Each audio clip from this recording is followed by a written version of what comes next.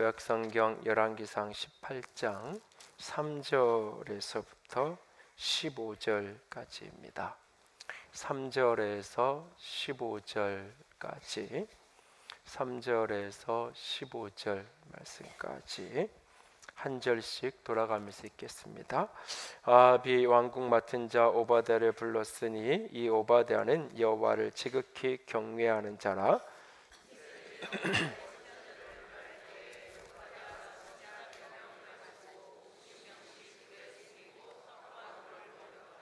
아합이 오바댜에게 이르되 이 땅의 모든 물 근원과 모든 데로 가자. 혹시 꼴을 얻으리라. 그리하면 말과 노새를 살리리니 짐승을 다 잃지 않게 되리라 하고,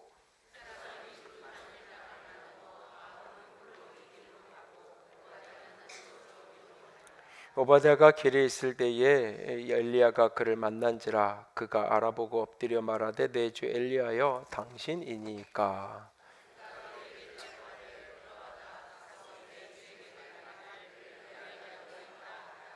이르되 내가 무슨 죄를 범하였기에 당신이 당신의 종을 아합의 손에 넘겨 죽이게 하려 하시나이까.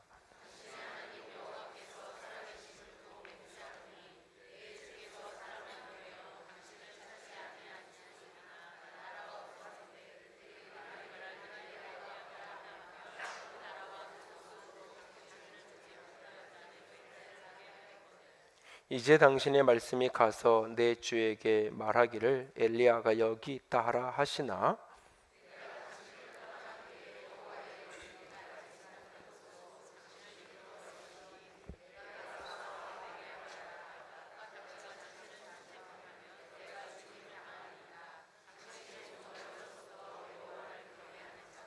이세벨이 여호와의 선지자를 죽일 때에 내가 여호와의 선지자 중에 100명을 50명씩 굴에 숨기고 떡과 물로 먹인 일이 내 주에게 들리지 아니하였나이까?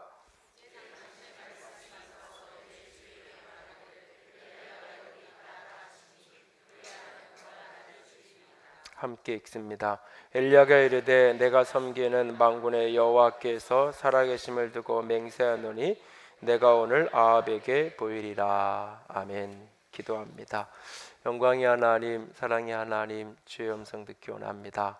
주께서 우리 가운데 말씀하시고 연약한 종을 십자가 뒤에 가려주시고 하늘의 생명과 영광만 가득하게 하여 주시옵소서. 살아계신 주께서만 충만케 역사하시기를 간절히 원하며 우리 주님 예수님 이름으로 기도드렸습니다. 아멘. 신뢰와 믿음은 사회적 자본으로 축적돼 각자에게 돌아가는 파일을 키운다. 신뢰의 법칙은 작은 조직이나 시장에만 적용되는 게 아니다. 협동조합의 도시 볼로냐, 예술의 도시 피렌체, 그리고 물의 도시 베니스. 이탈리아 하면 떠올리는 곳들은 대부분 북쪽에 몰려있다. 이탈리아의 대표 도시이자 서유럽 수준의 품격 높은 생활을 누리는 명품 도시다. 그런데 로마를 지나 남부 지역으로 오면 사정은 완전히 달라진다. 이탈리아의 남부 지역에서는 영세한 농업이 대부분이고 산업은 한참 뒤떨어져 있다. 실업률은 18%에 달해 북부 도시들보다 4배나 높은데 청년 계층에서는 특히 둘 중 하나가 실업 상태에 놓여 있다. 한 나라 안에서 남과 북의 소득 수준이 이토록 차이나는 이유는 과연 무엇일까? 이탈리아는 1970년대 지방자치제를 도입했다. 이때 볼로냐, 밀라노와 같은 북부 지역에서는 축구 클럽과 합창단, 협동조합 등을 통해 사회적 신뢰를 키우고 발전시켰다.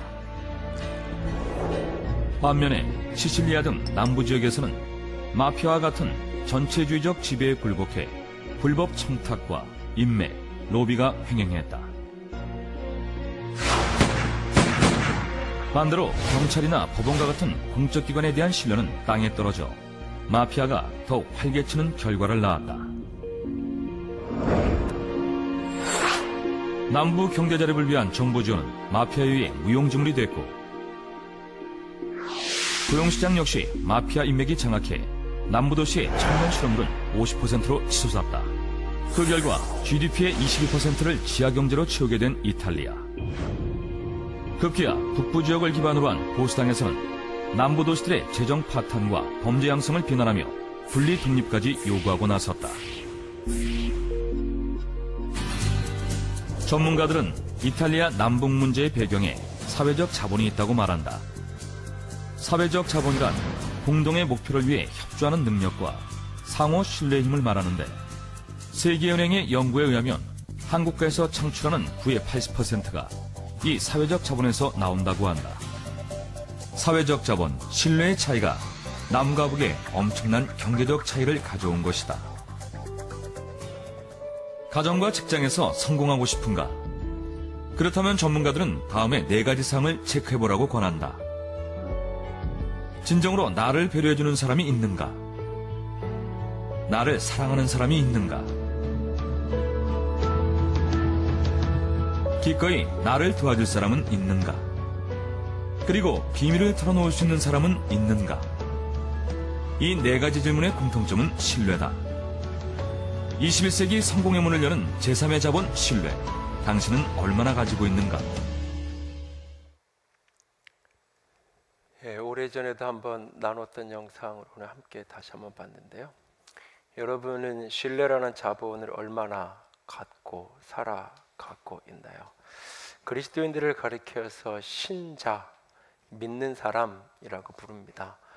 그 신자라는 의미, 믿을 신자의 놈자자를 사용하는 그 믿는 사람이라는 표현은 우리가 예수님을 믿는 사람이다 라는 의미도 그 속에 있겠지만, 또 다른 의미는 믿을 만한 사람이다, 믿을 사람이다 라고 한 의미가 그 속에 같이 맞물려 있는 것입니다.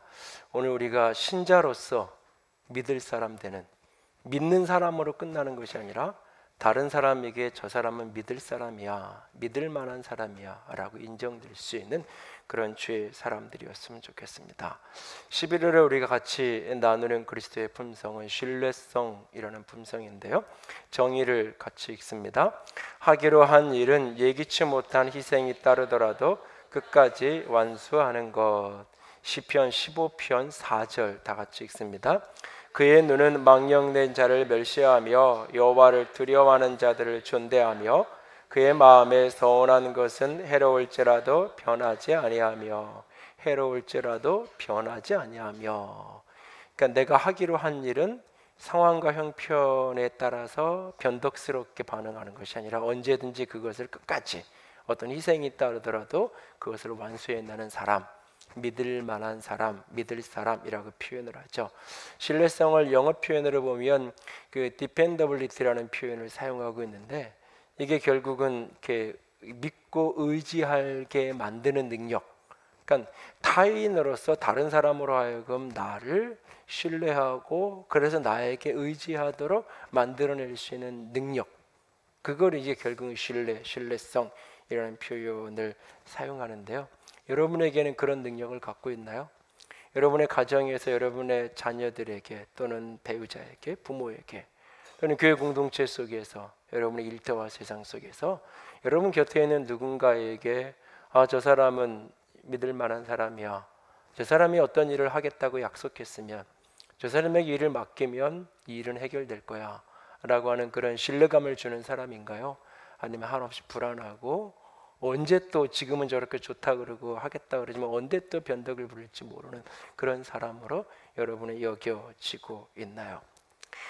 어떻게 하면 믿는 사람이 믿을 사람으로까지 자라가고 성장할 수 있을까? 구약 성경에 등장한 한 인물, 오바댜라는 인물을 오늘 좀 더 살펴보려고 합니다. 그래서 이 오바댜라는 인물 속에서 신뢰의 원리들을 좀 같이 들여다보면서 동시에 예수님의 십자가까지도 함께 묵상하며 조금 나아가기를 원합니다. 오바댜라는 이 오늘 이 열왕기상 18장에 언급되어 있는 이 오바댜라는 이 인물은 그 선지서 가운데 한 장짜리 구약의 선지서가 있는 오바댜서, 에돔 족속을 향해 예언했던 오바댜서의 저자와는 같은 사람은 아니에요. 동명이인의 사람이고, 이 사람은 이제 오늘 본문 3절에 보면 아합 왕 때에 살았던 사람이에요. 아합 왕은 역사 속에서 가장, 이스라엘 역사 속에서 가장 이렇게 악하고 사악하고, 특별히 그의 배우의 이제 아내였던 이세벨의 조종에 의해서 온갖 악행을 저질렀던, 이스라엘 민족 전체, 민족 공대 전체를 우상 숭배로 빠지게 만들었던 사람이 아합이라는 사람이죠. 그런데 그 아합 밑에서 이 사람은 왕궁을 맡은 자, 국내 대신 또는 총리 이렇게 번역되어지는 단어인데, 왕궁의 최고 실력자로서 역할을 하던 사람, 그 나라의 2인자 역할을 하던 사람이 또 오바댜라는 사람이에요. 그런데 이 오바댜라는 이 단어의 이 문자적인 그대로의 뜻이 뭐냐면 여호와의 종 이런 뜻이에요. 오바 그래서 이 갸라는 표현이 야자, 야외, 여호와, 그래서 여호와의 종이라는 뜻이 이제 오바댜라는 뜻이에요. 그러니까 믿는 집에서 태어나서 그가 스스로 고백하기에도 어려서부터 착실하게 신앙했던 사람이에요. 그리고 3절에 그는 지극히 여호와를 경외하는 사람, 그러니까 적당히 하나님을 신앙생활하는 사람이 아니라 굉장히 열정적으로 아름답게 하나님을 향하는 경외함으로 살아가는 사람이었던 거예요. 어떻게 그렇게 사악하고 악한 아합 왕 밑에서 고위공직자로서 관리의 역할을 하면서 동시에 하나님 앞에 신실한 하나님의 사람 엘리야에게 믿을 만한 사람일 수 있었을까요? 어떻게 그 사악하고 악한 아합 왕에게도 신임을 얻고 인정받는 신뢰할 만한 그런 공직자 관리였을 뿐만 아니라 하나님과 하나님의 사람 엘리야에게도 믿을 만한 사람, 신뢰할 만한 사람, 믿을 사람일 수 있었을까요? 아합은 어떻게 그러는 사람일 수 있었고 그런 인생을 살아갈 수 있었는지, 어떻게 하면 우리도 교회에서뿐만 아니라 세상에서 신앙적인 영역뿐만 아니라 일상의 영역에서 가정에서뿐만 아니라 일터 속에서 여전히 존중받고 인정받고 신뢰받는 그런 사람으로 살아갈 수 있을까요? 오바댜는 어떻게 그렇게 살아갈 수 있었을까요? 세 가지 원리를 같이 나누기 원합니다. 첫 번째가 저는 오바댜를 통해서 우리가 배우는 신뢰성 있는 사람이 되는 길의 첫 번째 원리는 원하지만 부름을 따라 사는 것입니다. 내 원하는 대로, 내 하고 싶은 대로 살아가는 인생이 아니라 부르심을 따라 살아가는 인생입니다. 사람은 누구나 편한 길을 원합니다. 사람은 누구나 쉬운 길을 가고 싶습니다. 사람은 누구나 내가 하고 싶은 일을 하며 살아가고 싶어 합니다. 그러나 내가 하고 싶은 일, 내가 좋아하는 일, 내가 보기에 쉽고 편한 일과 하나님이 내게 요구하시는 일, 공동체가 내게 기대하는 일, 내 인생의 부르심이 늘 충돌되어질 때가 있습니다. 그럴 때 내 원하는 대로 살아가는지, 내 부르심대로 살아가는지, 부르심대로 살아가는 그 사람은 공동체로부터 하나님으로부터 믿을 만한 사람이 될 겁니다. 그러나 자기 원하는 대로 살아간다면 저 사람은 언제 저렇게 변덕 부리고 나올지 몰라, 그렇게 믿을 수 없는 사람이 되고 말 겁니다. 고린도전서 7장 17절은 이렇게 말씀합니다. 같이 읽습니다. 오직 주께서 각 사람에게 나눠주신 대로 각 사람을 부르신 그대로 행하라. 내가 모든 교회에서 이와 같이 명하노라.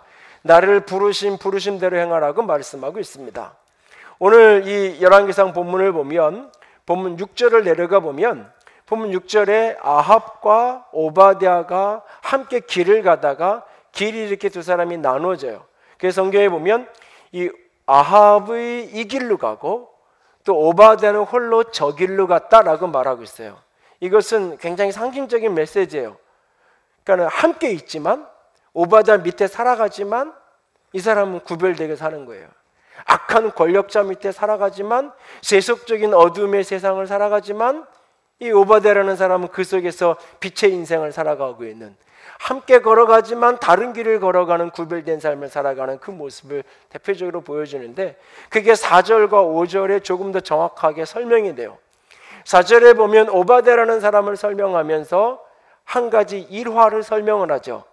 그 아합의 아내였던 이세벨은 바알 선지자예요. 이세벨이 이 아합과 결혼한 이유는 정략 결혼을 통해서 이스라엘 민족 전체를 바알 신앙으로 물들이기 위해서 그런 특별한 사명을 가지고 정략적으로 결혼을 했던 사람이 이세벨이라는 사람이에요. 그래서 이세벨에 의해서 수많은 선지자들이 죽음당하고 온 이스라엘이 바알 신앙으로 물들어가던 그 무렵에 이 오바댜가 100명의 선지자들을 보호하죠. 쉰들러 리스트처럼 오바댜 리스트 속에서 100명의 선지자들을 그 이세벨이 막 선지자들을 무참하게 죽이는 그 상황 속에서 숨겨요. 그러니까 이렇게 피할 수 있게끔 잠깐 이렇게 도망갈 문을 열어주는 걸로 끝나는 게 아니라 숨겨가지고 그들을 굴 속에 50명씩 따로 보호하면서 먹을 것을 공급해 주죠. 그러니까 한 번 내가 탄로나면 큰일 당할 위험을 무릅쓰고 그들이 도망갈 수 있는 길을 열어주는 그것이 아니라 신들러 리스트처럼 그렇게 죽을 사람 수용소 속에 살려주는 걸로 끝나는 게 아니라 그는 이 사람들이 몇 개월이 걸렸는지 몇 년이 걸렸는지 알 수 없지만 그들을 먹였어요. 여러분 100명을 한 끼 식사 대접을 하는 것만 해도 쉬운 일이 아닌데 여기에 들어갈 재정과 자금이 얼마나 많은 부분이 들어갔겠어요. 그건 위험한 일일 뿐만 아니라 큰 손해가 끼치는 일이에요. 어쩌면 이 오바댜는 이 아합과 같은 잔인하고 사악하고 바알 선지자에게 물들은 이런 왕 밑에서 고위공직자로 그의 이인자로 살아간다는 게 어쩌면 수치스러웠을 거예요. 어쩌면 그냥 사표를 내고 그냥 엘리야 있는 곳으로 가고 그냥 그렇게 선지자의 공동체에 가서 살아가는 게 다 악향을 해서 혼자 살아가는 게 이런 폭군과 같은 악한 왕 밑에 신앙의 정체성하고도 전혀 맞지 않은 이런 사람 밑에서 내가 일을 한다는 게 너무너무 힘들었을 거예요. 그러나 그는 그 자리를 견뎌냈어요. 왜? 그 자리에 그를 두신 아합 왕이 그를 국내 대신으로 왕궁 맡은 자로 세웠지만 그 너머에 하나님이 계시니까. 나를 여기에 두신 하나님의 비전이 있고 하나님의 뜻이 있어요. 내가 여기에 있으니 이 공동체를 위해서 내가 감당해야 될 내 부르심이 있어요. 내 사명이. 그는 그걸 견뎌내면서 그 선지자들을 살리고 그 위험한 일을 할 뿐만 아니라 자기의 막대한 재정을 투자해서 그들을 먹이는 것을 봅니다. 반면에 아합이라는 사람, 그는 왕이잖아요. 그래서 기근이 들고 가뭄이 들어서 나라가 어려우면 경제가 파탄이 나면 왕은 어떻게 이 경제를 살려서 국민들을 먹고 살게 만들까 그걸 노심초사 걱정해야 되잖아요. 그런데 이 사람은 그런 걱정이 아니에요. 물을 찾아러 나서요. 오바댜와 함께 물 찾으러 가자 그래요. 물 그늘을 가져 온 내로 돌아다니면서 어디에 물이 있느냐 찾자고 말해요. 왜 그렇게 하냐면 자신의 말과 자신의 노새를 먹이기 위해서. 그러니까 국가 경제가 곤두박돌치고 다 망가지는데 대통령이라는 사람이 자기 지지해 준 사람 또는 자기 가족들 경제 살리기 먹고 살게 하기 위해서 회복의 길을 찾는다면 그게 얼마나 넌센스겠어요. 왕이면 국가가 어려워지면 기근이 낮지면 이게 내 잘못이 아닌가 자책을 하면서 엎드려서 길을 찾고 묻고 돌이키고 그러면서 어떻게 하면 이것을 회복할 수 있을까 능력이 되든 안 되든 그 길을 찾는 게 그것이 왕의 리더십이잖아요. 근데 그건 그런 걱정을 안 하고 백성들이 먹고 사는 생각은 없고 내 말, 내 노새 지켜야 되는 그 먹을 것 찾기 위해서 물을 먹여야 되니까 물 찾아와라. 찾으러 가자. 이런 얘기를 하고 있죠. 그러니까는 한 사람은 왕으로 부름받았고 한 사람은 그 왕의 수족 같은 역할을 해야 되는 국내 대신으로 왕궁 맡은 자를 부름받은 사람이에요. 그 부르심에 합당한 공동체의 기대가 있고 하나님의 기대가 있어요. 근데 그 속에서 한 사람은 그 부르심은 외면한 채로 자기 원하는 대로 사는 거예요. 자기 좋은 대로 사는 거예요. 한 사람은 자기 원함이 있지만 나도 안정되게 살고 싶고 나도 편안하고 싶고 나도 이 수많은 돈으로 호요식하고 내 즐기고 싶지 선지자들을 위해서 이 막대한 재정을 투자하는 게 과연 이게 무슨 짓인가 싶을 수 있어요. 자신의 원함이 있어요. 그러나 지금 나를 여기에 두신 것이 하나님의 이유가 있을 거라는 그 부르심 때문에 모르드게가 에스더를 향해서 했던 그 표현처럼 이때를 위함이 아니냐 당신을 왕으로 세운 것이 하나님이 이때를 위함이 아니겠느냐고 하나님께서 모르드게를 통해 에스더에게 물었던 것처럼 오바댜에게도 그런 부르심이 있었을 거예요. 그리고 그는 부르심에 순종하며 살아가죠. 지난 금요일 날 선교 기도를 하면서 캐나다 원주민 선교를 위한 이상열 선교사가 와서 말씀을 좀 나눴어요. 예, 캐나다 원주민처럼 이렇게 머리도 기르고 뭐 그렇게 이제 뒤섞여 있으면 아메리카 원주민인지 한국 사람인지 이제 모르게 사는데 사실은 뭐 와서 여러 가지 이야기들을 좀 나누고 그랬는데 사실 오래전에 우리 교회에서 처음 사역을 올 때 러시아에서 선교를 하다가 이 안에 있던 주지현 선교사가 이제 러시아 주술사들의 마법의 공격을 받고 주술계 공격을 받고 그러면서 말에서 낙상을 하기도 하고 그 뇌종양이 생기고 그래서 사실은 선교를 중간에 포기하고 한국으로 들어와서 이제 치료를 하는 과정 중에 있을 때 저희 교회에 와서 이제 청년부 사역을 몇 년 같이 했었는데요. 사실은 그때 뭐 그 이제 치료를 여러 가지 이제 방사능 치료부터 치료를 하는 과정이 있기 때문에 아이도 사실을 갖지 말라 그러고 아이를 가져도 이제 여러 가지 기형이나 위험할 거라고 그랬어요. 그럴 때 이제 지금 이제 중학교 3학년, 고등학교 1학년 된 로이가 임신이 되고 같이 교회에서 기도하고 그러면서 그 아이가 이제 건강하게 지금 자라서 학교 생활 잘하고 있는데 사실은 이제 뭐 이런저런 이야기들을 쭉 나누고 마지막에 선교사로 살아가는 힘든 이야기를 좀 잠깐 했어요. 두 가지 얘기를 했는데 하나는 5년여를 사역하지만 아무런 열매가 없는, 사실은 한국에 선교사로 가기 전에도 꽤 규모 있는 교회에서 청년부 사역도 잘하고 그랬던 친구고 사실 리더십도 있고 그런 친구인데 이 아메리카 원주민들을 위해서 캐나다에 그들을 위해서 선교사로 나가서 삶을 살아갈 때 5년 동안 살면서 내가 목사라고 선교사라는 자기 신분조차도 때로는 밝힐 수 없는, 그걸 다 숨긴 채로 그냥 친구 관계를 맺어야 되는, 그러니 뭐 누구한테 전도를 해보겠어요. 뭐 그래도 안수받은 목사인데 5년 동안 설교 한 번 할 기회가 없이 살아가는 거잖아요. 이게 결코 쉬운 일이 아니에요. 그 속에 아무런 열매가 없이. 그리고 또 하나는 이제 아버지로서 자녀들을 풍성하게 마음껏 키울 수 없는, 뭐 이런저런 식사하면서 얘기하는데 제일 큰 선교 후원자는 캐나다 정부입니다 그러더라고요. 그게 뭔 소린데 그랬더니 다행히 가서 2년 6개월 만에 캐나다 영주권이 나왔는데 이제 아이들이 18세 미만일 때에 한 달에 500불씩 아이들 하나당 이렇게 돈이 나오는 거예요. 그 제일 든든한 선교 후원자가 캐나다 정부입니다. 그러더라고요. 이게 그 말 속에 웃을 일이지만 사실은 그만큼 사실은 현실이 힘든 거예요. 현실이 힘든 거예요. 그런데 거기에 살아가는 이유는 하나밖에 없어요. 하나님이 나를 여기 부르셨다는 이유 때문에. 사실은 러시아에서 러시아 원주민들을 사역하다가 그 병을 걸고 사경을 헤매는 그 터널을 지나면서 선교를 정리하고 한국에 들어와서 10년 전 국내 사역을 하다가 누구도 등 떠밀지 않고 오히려 이 교회에서 와라 저 교회에서 와라 오라는 것을 다 내려놓고 또 그 아메리카 원주민들을 위해서 살아간다고 할 때 사실은 누구도 알아주고 누구도 칭찬해 주는 게 아니죠. 5년 전에 처음에 나간다 그럴 때 좀 이렇게 돌려서 말했지만 좀 말리고 다른 게 국내에서 사역을 했으면 좋겠다는 의견도 사실 나누고 그랬었는데 어쨌든 그래서 하면서 이렇게 그 모습을 보면서 마음속에 신뢰가 제 안에 깊이 일어나요.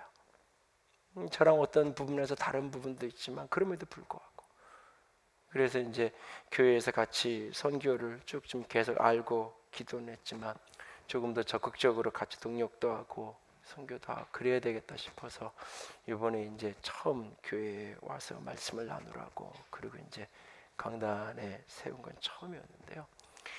그러니까 부르심을 따라 사는 자기 원하는 대로 자기 편한 대로 얼마든지 인간적인 능력을 보면 편하게 살 수 있는 능력과 실력을 갖춘 부부예요. 그런데 다 내려놓고 사실 이유는 단 하나죠. 하나님이 부르시니까. 여러분 하고 싶은 것을 하며 사는 게 진짜 행복한 걸까요? 내가 내 가족들의 필요를 위해서 희생하며 사는 건 불행한 인생일까요? 교회 생활 내가 하고 싶은 것만 하면서 교회 생활하는 게 행복한 걸까요? 나는 좀 힘들고 버겁지만 교회가 원하고 공동체가 원하기 때문에 내가 좀 그 희생을 감당하고 사는 인생은 불행한 인생일까요? 그런 사람을 우리가 믿고 함께 가는 거 아닌가요? 여러분 내 자신을 보세요. 어저께는 그렇게 하고 싶었는데 오늘은 하고 싫을 때가 있어요. 어저께는 그렇게 그게 먹고 싶었는데 오늘은 먹고 싶지 않아요. 내 원함이라는 게 얼마나 자주 바뀌는데 내 원함을 따라 사는 인생, 남들이 보면 저 변덕쟁이, 믿을 수 없는 사람, 저런 사람을 어떻게 믿고 중요한 일을 맡기겠어. 사람도 그렇게 볼진데 하나님은 어떻게 볼까요? 하나님은 어떻게 볼까요? 믿을 사람, 하나님을 믿는 사람의 자리로 머물지 않고 세상에 믿음을 줄 수 있는 신자가 되기 원하나요? 원함을 따라 살기보다 부르심을 따라 살기 원합니다. 두 번째로는 내세우고 싶지만 권위 앞에 엎드릴 수 있어야 합니다. 내세울 게 참 많고 자기 주장할 게 참 많지만 하나님의 권위 앞에, 하나님의 임재 앞에 내 뜻과 내 의지를 꺾고 내려놓을 줄 아는 그 겸손함이 우리에게 필요합니다. 그런 사람을 우리는 신뢰한다라고 이야기합니다. 자기 생각, 자기 능력, 탁월한 실력을 갖춘 어떤 사람, 능력 있는 사람으로는 인정할 수 있어요. 처음 저 사람 실력 있는 사람일 수는 있어요. 저 사람 믿을 만할까? 그러진 않아요. 자신이 가진 지위와 경험 가지고 많은 이야기를 할 수 있어요. 그러나 내가 리더십 아래 들어갔을 때는 내가 많은 것을 알지만 때로는 겸손하게 들을 줄 알고 엎드릴 줄 알고, 하나님의 임재가 드러날 때, 하나님의 약속의 메시지가 주어지고 하나님의 말씀이 내게 다가올 때 이해하고 때로는 내 생각과 경험을 꺾을 줄 아는 그 겸손함이 있는 사람, 바로 그런 사람이 믿을 수 있는 사람이에요. 사실은 오늘 본문 7절을 보면 이 오바댜가 그 아합과 헤어져서 길을 가다가 엘리야를 만나요. 엘리야를 만나고 나서, 엘리야를 보고 나서, 엘리야를 알아보고는 첫 반응이 뭐냐면 그 앞에 엎드려지는 거예요. 한 사람은 한 나라의 최고 권력을 가진 사람이에요. 군권과 재정권을 쥐고 흔들 수 있는 사람이에요. 한 사람은 어디서 왔는지 어디서 가는지 출신조차 모르는 하나님의 사람이라고 그냥 불리는, 누구도 인정하지 않는 게 스스로 하나님만 그를 인정하는 한 사람이에요. 그런데 그 앞에 그는 엎드려져요. 당신이 엘리야가 맞습니까? 당신이 엘리야입니까? 이 말은 정체를 묻는 게 아니라 문안 인사하는 거예요. 그동안 잘 지냈냐고, 그동안 평안했냐고, 그동안 어떻게 끼니는 잘 챙기면서 사셨냐고, 당신이 엘리야 맞냐고 묻는 거예요. 그 앞에 엎드려서. 그랬더니 8절에 엘리야는 굉장히 어떻게 보면 고자세예요. 그렇다, 나다, 가서 그 아합에게 내가 여기 있다고 이야기해라.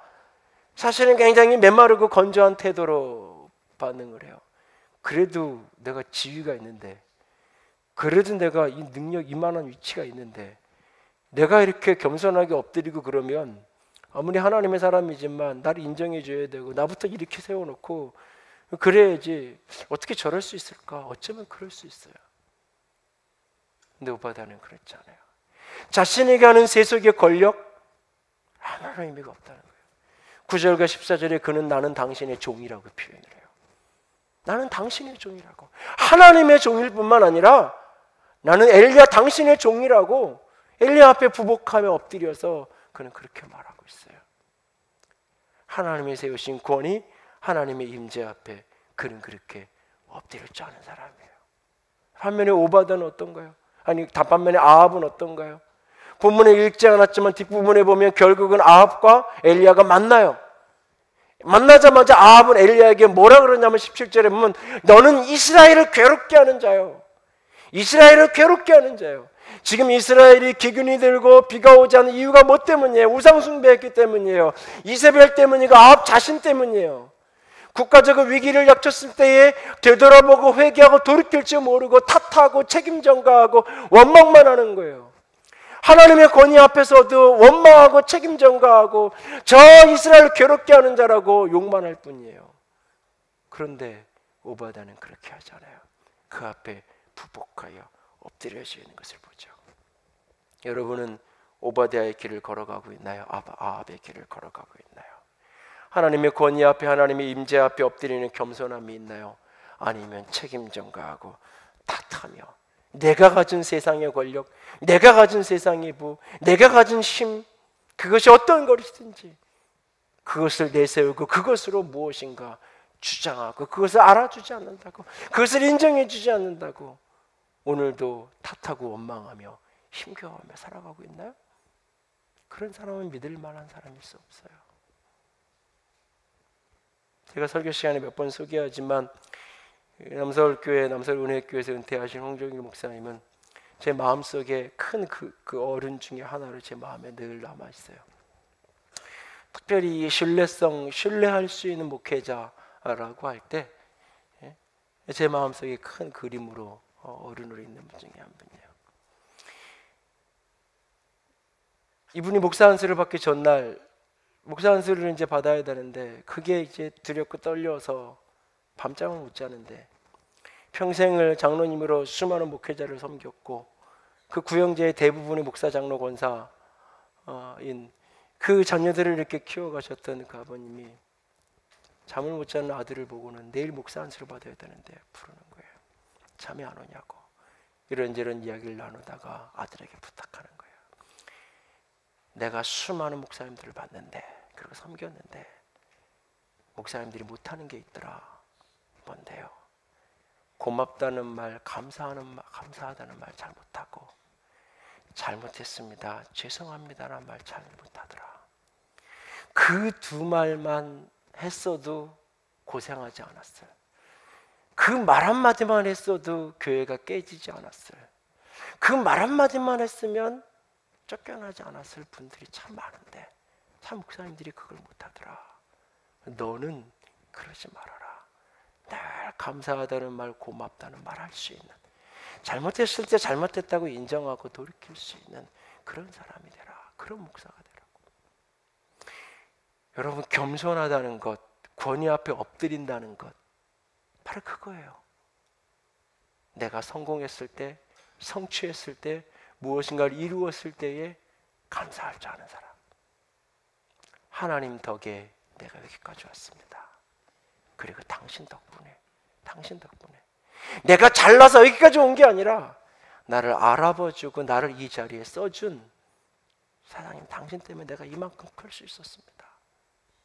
늘 중심에서 감사할 줄 아는 사람, 무엇인가 이루고 성취했을 때 그 사람이 겸손한 사람이에요. 믿을 만한 사람이에요. 실패와 좌절과 절망이 있을 때 되돌아보는 사람. 어디에서부터 이게 문제가 생겼을까? 내가 뭔가 잘못한 것이 없을까?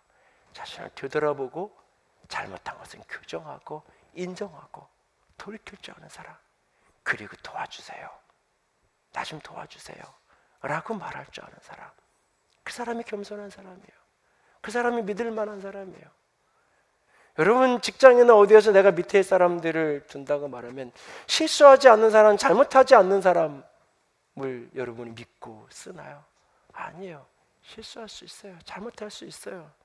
그런데 그것을 돌이켜서 깨닫고 실패 속에서 배우는 사람, 그리고 상사인 내게, 사장인 나에게 도와달라고, 어떻게 하는지 가르쳐달라고 엎드려서 구하는 사람, 가르쳐주고 싶어요. 그리고 신뢰하면서 같이 가는 거예요. 여러분, 전도서에 이런 말씀이 있어요. 같이 읽습니다. 형통한 날에 기도하고 곤고한 날에는 되돌아보아라. 이 두 가지를 하나님이 병행하게 하사 사람이 그의 장래일을 능히 헤아려 알지 못하게 하셨느니라. 형통할 때 기뻐하고 곤고할 때 되돌아보라고. 야고보서 5장 13절 같이 읽습니다. 너희 중에 고난당하는 자가 있느냐? 그는 기도할 것이요 즐거워하는 자가 있느냐? 그는 찬송할지어라. 고난당할 때 기도하고 도와달라 그러지 않은 것, 성취와 성공을 누렸을 때에 하나님을 찬양할 줄 아는 사람, 그가 바로 권위 앞에 엎드리는 사람이에요. 그가 임재를 아는 사람이에요. 그가 믿을 만한 사람이에요. 신뢰성 있는 그런 사람이고 싶은가요? 원하지만 부르심을 따라 사십시오. 내 주장, 내 뜻을 내세우고 싶지만 하나님의 임재 앞에, 권위 앞에 엎드릴 줄 아는 사람이 되십시오. 그리고 세 번째로, 두렵지만 용기를 내십시오. 감당하는 게 두렵지만, 한다 그랬는데 예기치 못한 희생이 맞닥뜨려지니까 이것을 감당하는 것이 두렵지만 내가 한다고 했기에 그것을 감당해내는 용기. 아합이, 오바댜가 엘리야를 만났어요. 엘리야는 말해요. 내가 여기 있다고 아합에게 가서 이야기해라. 그런데 그 말을 듣는 순간 오바댜는 죽음의 공포가 밀려와요. 내가 도대체 무슨 죄를 지었길래 나를 죽이려고, 나를 죽게 하려고 이렇게 하십니까? 내가 도대체 무슨 죄를 졌길래 나에게 이런 얘기를 하십니까? 생각해 보세요. 엘리야가 오바댜에게 뭐 어떻게 했길래 날 죽이냐고 물어요. 엘리야가 한 말은 딱 한마디예요. 내가 여기 있다고 말해라. 엘리야가 여기 있다고 가서 이야기해라. 그런데 그 말 한마디에 당신 내가 도대체 뭔 잘못을 했기에 나를 죽이려고 이러냐고 그래요. 그러면서 나를 죽게 한다고, 나를 죽임당하게 한다고 2번, 3번 이 짧은 대화 속에서 그가 반복을 해요. 이유는 여러 가지가 있을 거예요. 아합 왕이 종잡을 수 없는 사람이기 때문에 가서 얘기를 하면 무슨 얘기를 할지 모르겠는 이유도 있을 거고, 내가 여기 있다고 이야기하는 건 또 하나님의 영이 엘리야를 어디로 또 옮겨주 놓을지, 아합 왕도 종잡을 수 없는 사람이고 엘리야도 신출귀몰하게 왔다 갔다 하니까 여기 있다 그래놓고 또 아합 왕 데리고 왔는데 없어져 버리면 자기만 못 날아가게 생겼고, 더군다나 여기서 이런 얘기를 해요. 이세벨 때에 자기가 100명의 선자를 보호해서 50명씩 해서 먹였던 이야기를 해요. 자랑하고 싶어서가 아니에요. 그 일을 할 때 그 일이 탈로 날까 봐 얼마나 내가 조마조마하고 두려웠는데, 여기 엘리야가 있습니다 라고 가서 이야기하면 아합은 고지것대로 내 말을 믿지 않을 건데, 어디다 숨겨놨다도 이제 데리고 왔어. 어디다가 너 엘리야 몰래 감춰놨다가 데려온 거야 라고 아합은 충분히 나를 의심하고 나를 죽일 수 있는 사람인데, 공포가 밀려오는 거예요. 이 공포가 정당하냐 정당하지 않느냐는 상관없어요. 중요한 건 지금 죽음의 공포를 느끼고 있다는 거예요. 죽음의 공포. 여러분 인생 살면서 그럴 때가 있어요. 되돌아보면 아무것도 아닌데, 아이가 대학 하나 떨어진 것 때문에 30년 20년 아이 자녀 키우며 살아 내 인생이 다 송두리째 망가진 것 같고, 오히려 대학 떨어진 그 아이는 떳떳하게 그냥 재수하면 되지 뭐 그러는데 엄마 아빠는 머리 싸매고 들어 앉아 있고, 지나고 보면 내가 그때 왜 그랬는지 모르겠는데 그 순간만은 하늘이 무너지는 것 같고 살 이유가 없는 것 같은 때가 있어요. 그때 그 돈 조금 내가 잃어버리고 사기당하고 그래도 그냥 견뎌내면 되고 넘어가면 아무것도 아닌데 그 순간은 너무너무 힘들 때가 있어요. 내가 그냥 잘못했다고, 내가 실수했다고, 아니 내가 계획적으로 잘못한 거라고 용서해달라고, 한 번 더 기회를 달라고 잘못하고 인정하고 돌이키면 되는데, 상대방은 다 용서해주고 싶어 하는데 잘못했다는 말 한마디 하는 게, 내 죄라는 말 한마디 하는 게 죽는 것보다 싫은, 내가 이 말하고 이 수치심과 이 두려움 속에 내가 어떻게 사냐고, 나는 죽으면 죽었지 차라리 나는 그렇게 고개 못 숙인다고. 그 순간만은 너무너무나 그게 힘들고 진짜 죽을 것 같은 그런 느낌이 다가올 때가 있어요. 인생을 살다 보면. 저 오바댜가 그런 거예요. 합리적으로 이해했을 때의 오바댜의 정사가 충분히 이해가 안 돼요. 그럼에도 불구하고 그 악한 왕 밑에서 늘 조마조마하게 스트레스 속에 살다 보니까 터지는 거예요, 이게. 그런데 그 극단적인 두려움이 몰려오는데 가요. 엘리야가 15절에 내가 있을 거다, 내가 여기 있을 거다, 그 선지자의 말을 믿고 두려운데 아합에게 가요. 내가 엘리야를 만났습니다. 아합을 데리고 와서 엘리야와 아합이 만나게 해요. 용기는 두려움이 없는 게 아니에요. 용감한 사람은 두려움을 느낄지 모르는 사람이 아니에요. 두려움의 감각이 없어서 용감한 게 아니에요. 그건 무식한 거예요. 미련한 거예요. 분명히 두려움을 알아요. 이 일의 위험성을 알아요. 이 일의 희생의 대가가 어떤 값을 지불해야 되는지 분명히 알아요. 그래도 이 길은 가야 될 길이에요. 그때에 용기를 내서 걸어가는 거예요. 그 사람을 위에서 보면 저 사람이 저런 희생을 치르면서까지 저럴 이유가 없는데, 그걸 자기가 한 약속이기 때문에, 내 부르심이기 때문에 그 길을 가는 사람, 옆에서 보면 믿음이 가는 거예요. 위에서 주님이 보시면 믿음이 가는 거예요. 두려운가요? 그래도 하기를 한 일이라면. 두려운가요? 그래도 내가 나를 부르신 부르심의 길이라면 그 길을 감당해내는 용기, 그게 바로 신뢰성을 쌓아가는 거예요.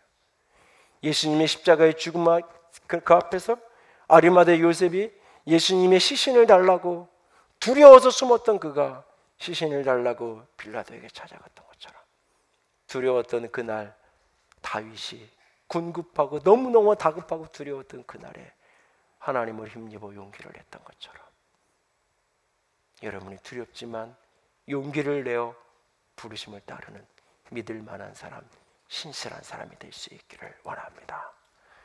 그날 우리 주님은 한없이 두려웠을 거예요. 아니, 두려웠어요. 내 때를 알고 있었고 내 때에 감당해야 될 것이 무엇인지 그는 분명히 알았어요. 그리고 거기를 준비했어요. 그러나 그때가 막상 다가왔어요. 막상 자신이 감당해야 될 십자가를 직면해야 되는 그날, 그는 너무너무나 고통스러웠어요.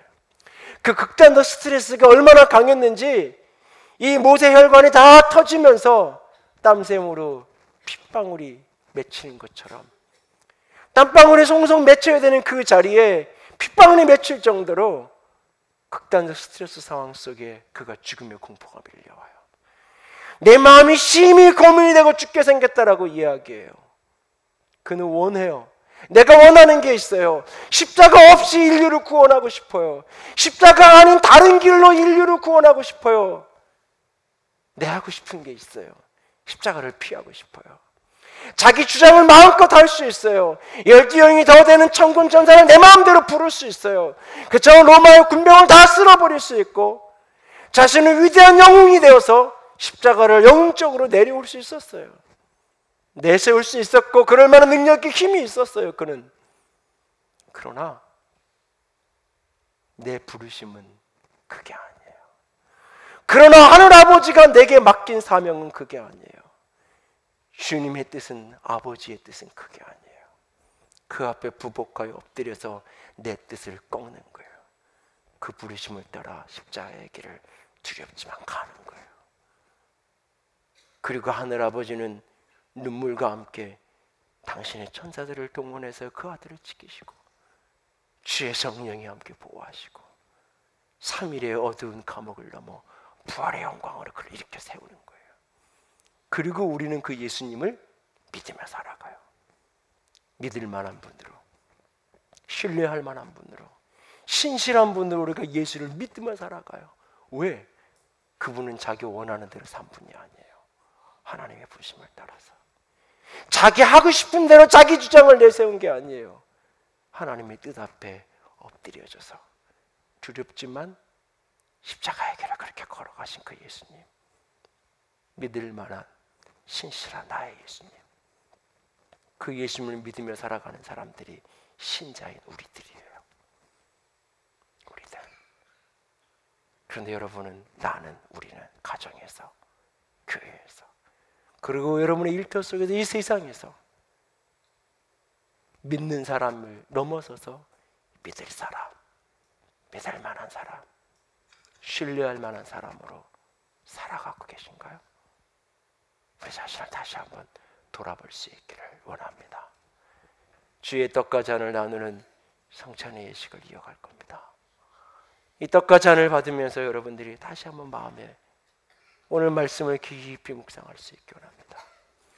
예수님이 십자가 길을 걸어가셨던 그 길은 예수님 자신에게는 우리를 위한 구원의 길인 동시에 예수님 자신에게는 신뢰할 만한, 믿고 의지할 만한 존재가 되기 위해서 자신의 육적인 원함이 아니라 부르심을 따라 자신의 생각을 내세우는 것이 아니라 아버지의 뜻에 엎드려져서 두렵지만 괴롭지만 걸어갔던 그 길, 나의 하나님, 나의 하나님 어찌하여 나를 버리셨나이까 처절하게 버림받음에 절규를 하면서도 감당했던 그 십자가의 길, 그 길을 지나 우리의 믿음이 되셨어요. 누군가에게 믿을 만한 사람, 믿음이 되기 원하나요? 오늘 주님이 가신 그 길을 걸어갈 수 있는, 따라갈 수 있는 저와 여러분이 될 수 있기를 원합니다. 성찬의 떡과 잔을 받으며 하나님, 그 예수를 닮아가게 해주세요. 예수를 따라가게 해주세요. 그 소원이, 그 은혜가, 그 예수의 영이 저 여러분에게 불릴 듯 더 가득가득 부어질 수 있기를 주님의 이름으로 부탁을 드립니다. 시간 기도합시다. 이 시간 같이 기도하기 원합니다. 이 시간 함께 기도하실 때 주님, 주의 떡과 잔을 나눌 때에 성령님께서 함께 하시고 임재하여 주시옵소서. 나를 만져 주시옵소서. 원하지만 부름을 따르는, 내세우고 싶지만 엎드려서 걸어가는, 두렵지만 용기를 내는 영혼 되게 하여 주시옵소서. 함께 기도합시다. 사랑의 하나님, 영광의 하나님, 주님만을 찬양합니다. 주의 영광과 주의 생명과 주의 사랑 가운데 아름다운 길을 걸어갈 수 있기를 원합니다. 아버지 도와주시옵소서. 주의 빛으로 주의 생명으로 우리를 사로잡아 주시옵소서. 예 주님, 예수의 길, 십자가의 길, 그 영광의 길을 아름답게 걸어갈 수 있도록 주님께서 함께하여 주시옵소서. 주의 거룩한 가운데 설 수 있게 하시옵소서. 주의 거룩한 가운데 설 수 있도록 주의 아름다우심, 주의 생명, 주의 영광, 주의 놀라우신 가운데 충만함으로 나아갈 수 있도록 주님 함께하여 주시옵소서. 우리의 마음과 영으로 온 사랑으로 온 생명으로 사로잡아 주시옵소서. 주님, 세상과 하나님으로부터 믿을 만한 사람, 믿을 사람, 그렇게 불려지고 인정받는 아름다운 영혼 되기 원합니다. 이 시간 주의 떡과 잔을 나누기 원합니다. 예수님이 우리의 믿음이 되셨던 그 은혜가, 그 십자가의 능력이 우리 가운데 부어지는 시간이 되기를 원합니다. 나도 십자가 감당키 원합니다. 나도 내 몫에 태인 십자가, 내 공동체 속에서 이 시대 속에 이 때를 위하여 내게 세운 그 십자가, 어떤 희생이 따르더라도 완수하기 원합니다. 감당할 은혜를 덧입혀 주시옵소서. 주의 영으로 충만하게 덮어 주시옵소서. 주님 의지합니다. 예수님 이름으로 기도드렸습니다. 아멘. 내가 너희에게 전하는 것은 주께 받은 것이니 곧 주 예수께서 잡히시던 밤에 떡을 가지사 축사하시고 떼어 이르시되 이것은 너희를 위하는 내 몸이니 이것을 행하여 나를 기념하라 하시고 식후에 또한 그와 같이 잔을 가지시고 이르시되 이 잔은 내 피로 세운 새 언약이니 이것을 행하여 마실 때마다 나를 기념하라 하셨으니 너희가 이 떡을 먹으며 이 잔을 마실 때마다 주의 죽으심을 그가 오실 때까지 전하는 것이니라. 아멘. 이 시간 주의 성찬을 함께 나누기 원합니다. 세례를 받으신 분들 참여하실 수 있고요. 그렇지 않은 분들은 기도로 동참해 주시기 바랍니다. 떡과 잔을 받기 원하시는 분들은 자리에서 일어나셔서 함께 하시면 좋겠습니다. 먼저 분병하도록 하겠습니다.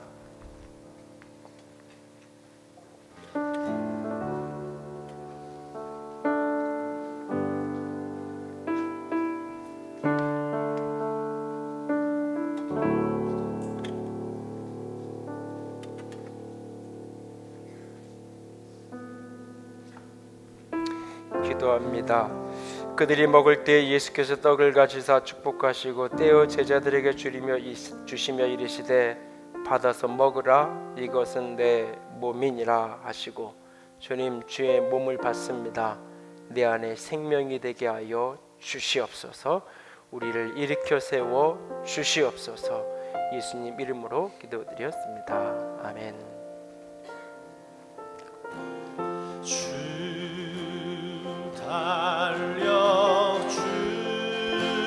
달려주기는 십자가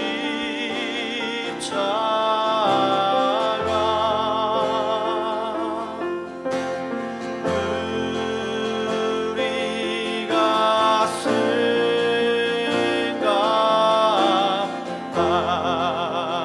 때에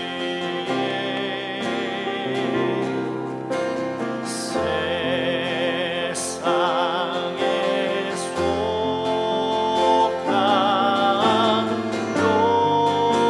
욕심은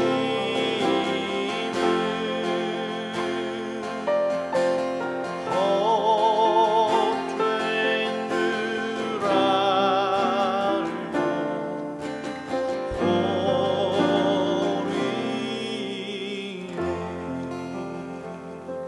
그는 주 앞에서 자라나기를 연한 순 같고 마른 땅에서 나온 뿌리 같아서 고운 모양도 없고 풍채도 없은즉 우리가 보기에 흠모할 만한 아름다운 것이 없도다.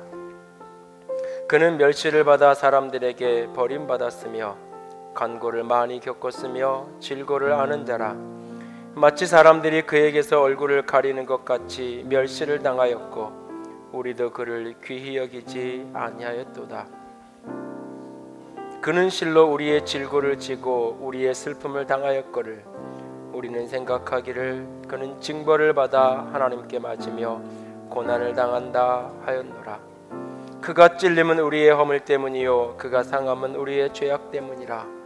그가 징계를 받음으로 우리는 평화를 누리고 그가 채찍에 맞음으로 우리는 나음을 받았도다. 우리는 다 양 같아서 그릇 행하여 각기 제 길로 갔거늘 여호와께서는 우리 모두의 죄악을 그에게 담당시키셨도다.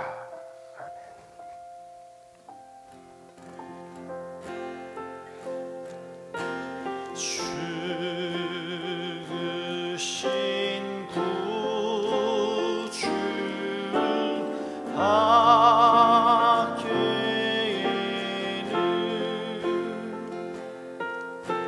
사랑을 말게에 하소서.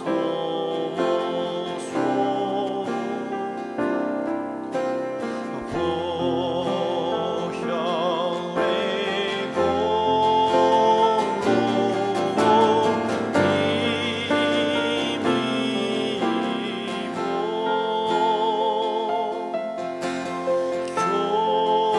교만한 마음을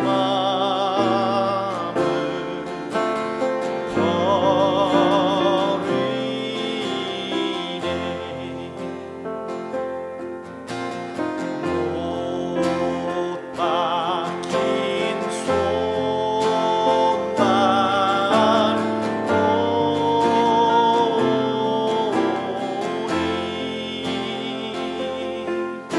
긴 잡이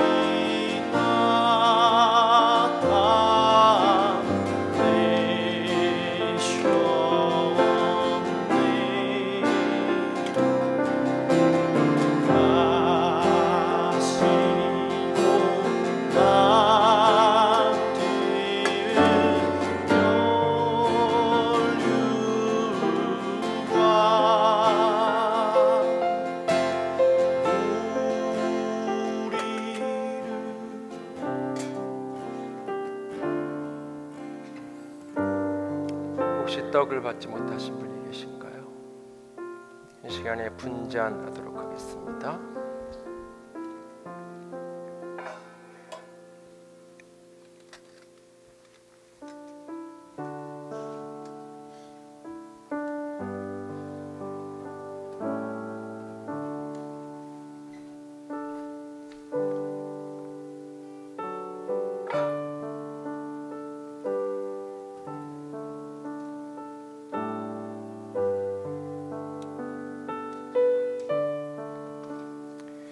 기도합니다.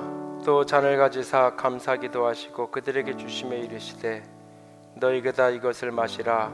이것은 죄 사함을 얻게 하려고 많은 사람을 위하여 흘리는 바 나의 피 곧 언약의 피니라. 주님, 주의 잔을 받으며 생명의 언약을 기억하기 원합니다. 주의 언약 백성으로서 신실하게 살아가기를 결단합니다. 언약의 생명으로 풍성케 하여 주시옵소서. 예수님 이름으로 기도드렸습니다. 아멘.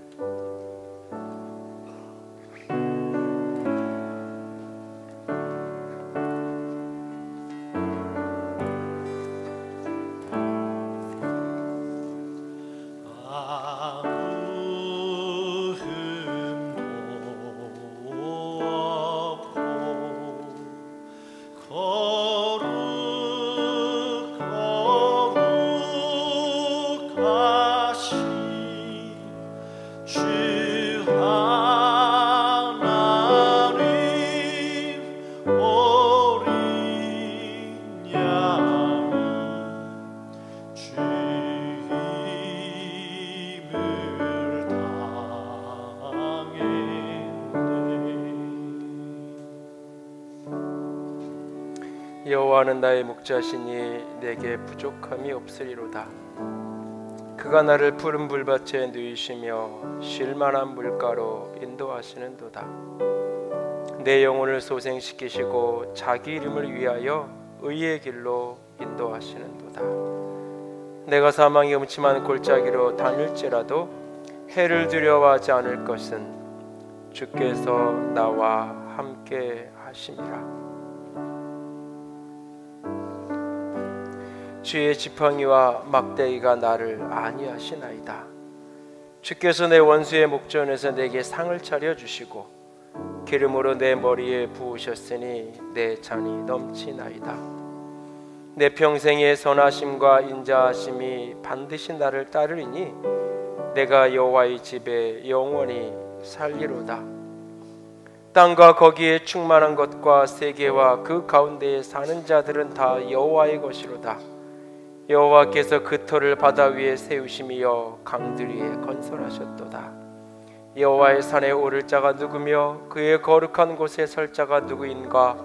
곧 손이 깨끗하며 마음이 청결하며 뜻을 허탄한 데 주지 아니하며 거짓 맹세하지 아니하는 자로다. 그는 여호와께 복을 받고 구원의 하나님께 의를 얻으리니 이는 여호와를 찾는 족속이요 야곱의 하나님의 얼굴을 구하는 자로다. 아멘. 이는 날 위하여 형벌을 받으사 주가 진히 대신 흘린 주의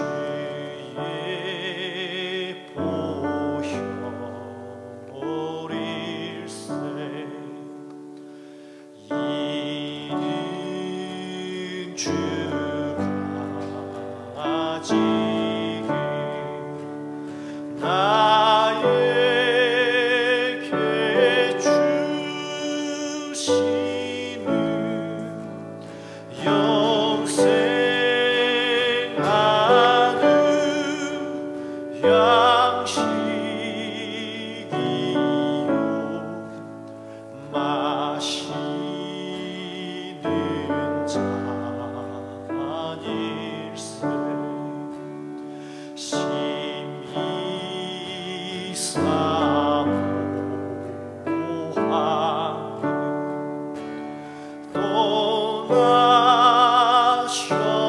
떠나셨던 주님 속히 세상 다시 오시 한가히 뵙네. 우리 그때까지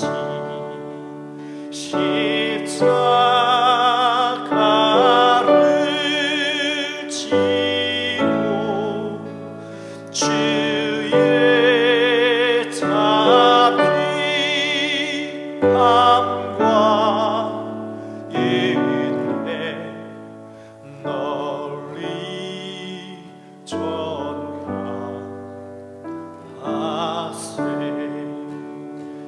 아무 흠도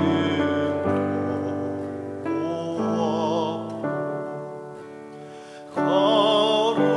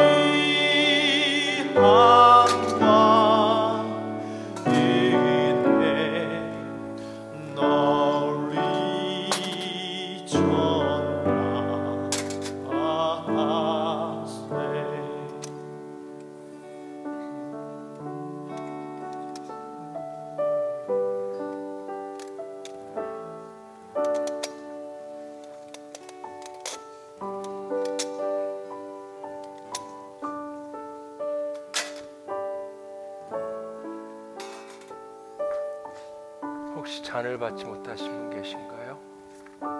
이 시간 함께 찬양합시다. 내 마음에 주를 향한 사랑이 나의 말엔 주가 주신 진리로 나의 눈에 주의 눈물 채워주소서. 함께 찬양합니다.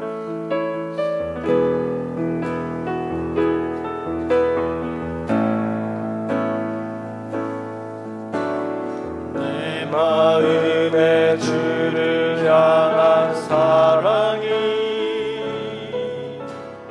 나의 말엔 주가 주신 진리로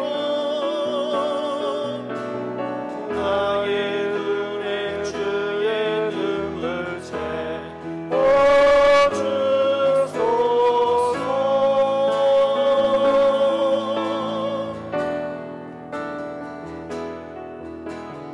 내 입술에 찬양의 향기가 두 손에는 주를 닮은 섬김이 나의 삶의 주의 은정 함께 하소서. 하나님의 사랑이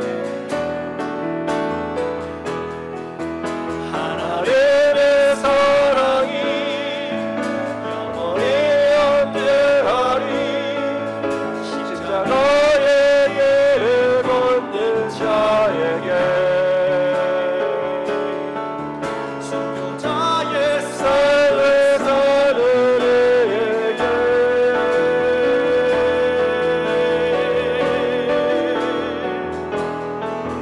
주목하는 소리와 세상의 속에서 주의 성결하신 주가 되리라.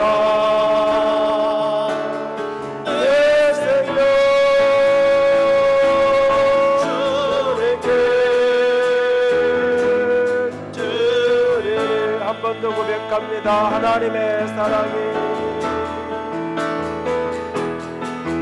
하나님의 사랑이 영원히 함께하리.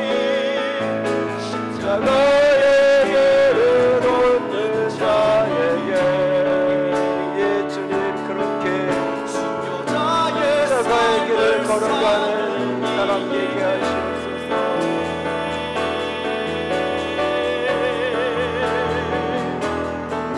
추동하는 소리와 세상의 속에도 주의 성결하신 부가 되리라. 내 생명 주님께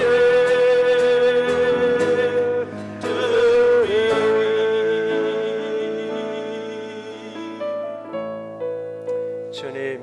주님이 가신 그 십자가의 길 믿고 따르기 원합니다. 주님을 온전히 믿고 따름으로 말미암아 세상 가운데 믿을 사람, 믿을 만한 사람, 신뢰할 만한 사람으로 세워지기 원합니다. 그 누구보다 하나님 앞에 믿을 만한 사람, 하나님 보시기에 충성되다, 하나님 보시기에 신실한 아름다운 사람 되게 하여 주시옵소서. 주의 은혜로 주의 생명으로 충만케 하여 주시옵소서. 주님 감사합니다. 예수님 이름으로 기도드렸습니다. 아멘. 이제는 우리 주 예수 그리스도의 은혜와 하나님 아버지의 놀라우신 사랑하심과 성령 하나님의 교통하시며 기름 부으시는 그 은혜가 오늘도 믿는 사람, 믿을 사람 되기를 소원하고 결단하는 모든 이들을 위해 이제부터 영원토록 함께 있을지어다. 아멘.